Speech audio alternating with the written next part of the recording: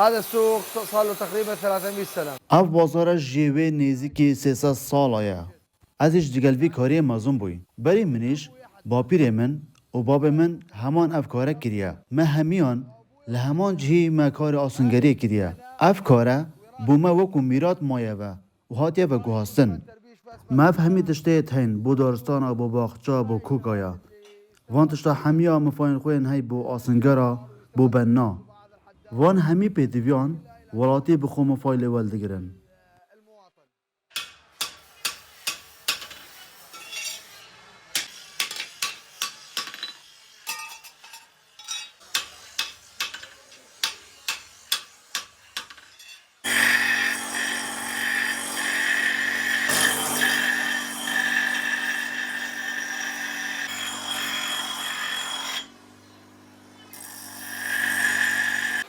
والله أنا بالنسبة لي ما أشوفها صعبة. به خود اف کاره با من گله کی گرانیه چونکی 25 سالن از لی راحتیم.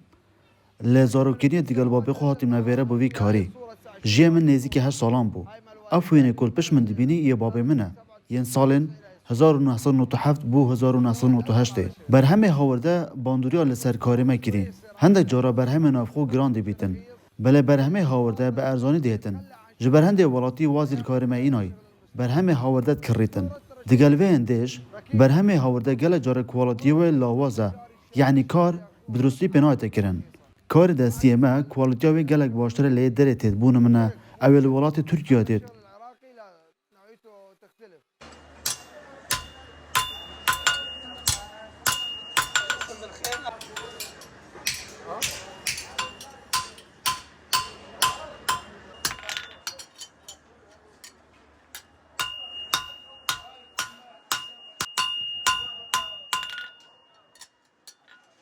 هذا بيجوا لي هنا.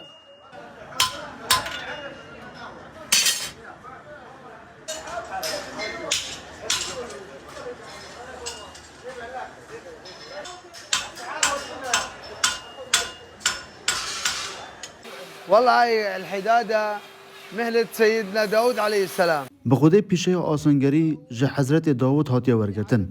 حضرت داود ابو کو خلق فیری و پیشه کر. چونکی وی شیر و چند آسانگ چه کرن. مجی افکاره لبران خوین مسیحی ورگرتیه و فیر بوینه. چونکی او بناو بانگن دگل وی کاری. سال 1931 با پیرم چوالا لیوانو اف پیشه لیوان ورگرتیه و فیر بویه.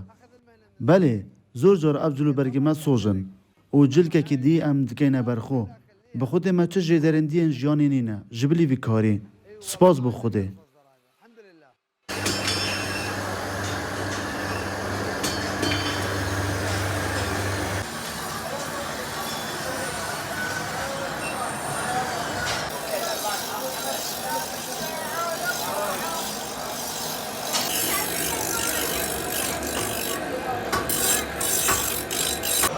قطع قطع قطع قطع